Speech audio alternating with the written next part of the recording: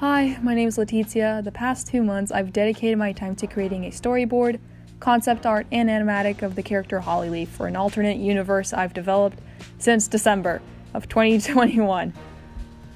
To be quite honest with you, it's been more difficult to record the audio explaining this than creating the actual 3-minute, 23-second video. I'll do my best to cover how I came to the story, what goes on, the character designs, and all that process. I hope you'll enjoy my explanation. Thank you.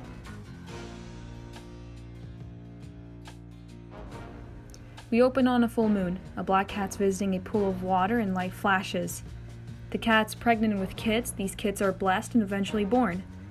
We see the kids snuggled up, and our protagonist Holly Kid is awoken by some flashes of light. She follows them outside, climbs a rock, and sees they're caused by the moon. We time skip forward to see that Holly Kid, now Hollyleaf, is an adult and still visiting this spot. Why? She gets to see the goddess of the night. This goddess gives Hollyleaf prophecies and omens for the future. One of these prophecies warns her of a clanmate who's going to eat poisonous berries. We cut to Hollyleaf in her nest later on. She's pressured by her clanmates and the cats she knows. They're represented by the black mass and will continuously be depicted as such.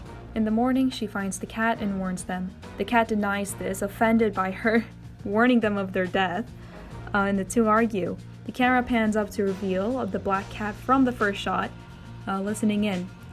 The argument eventually ends when the two finally leave each other alone.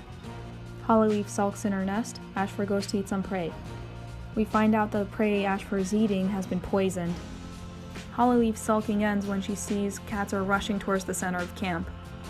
She follows them to see Ashfur's body. Cats are suspicious and she's a suspect.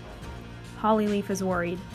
She looks towards her rock, gets an idea, and later that night goes there for a prophecy, something to guide her through this. And that's what she gets. A different god visits her this time and they warn her of a trial. Hollyleaf will be the suspect, the defendant. Worried by this information, she looks up to the moon. An animatic is like a more finished storyboard. It's closer to what the final vision of the animation will look like and what the animator will rely on more.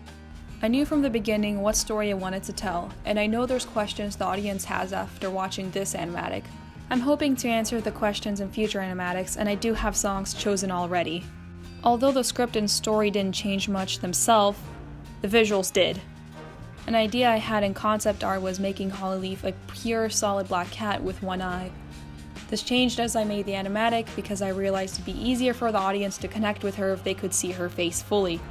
I did end up, however, using the solid black cat idea for one of the characters, and I used the one eye idea for the second god Hollyleaf meets. I made all the concept art one night when I sat down and replayed the song on loop. Colors were very important to me, even if this was an animatic. I used the color red and orange to show the future, danger, warning. You see the colors come up when she receives the prophecy about Ashfur dying, when she's worrying about the pressure her clan's putting on her, and when she's receiving her own prophecy of the trial.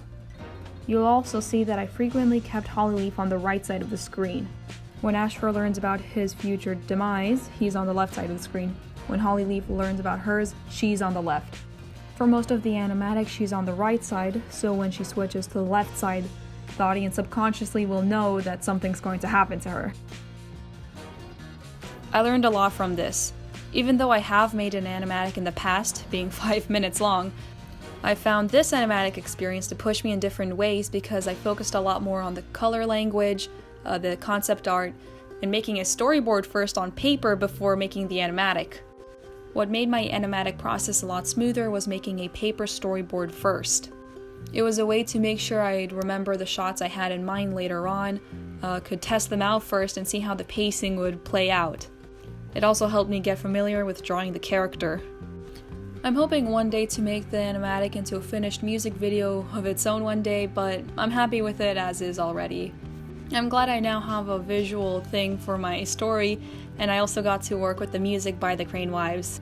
I hope seeing my process and the final product will encourage you to make an animatic of your own. Thanks for watching.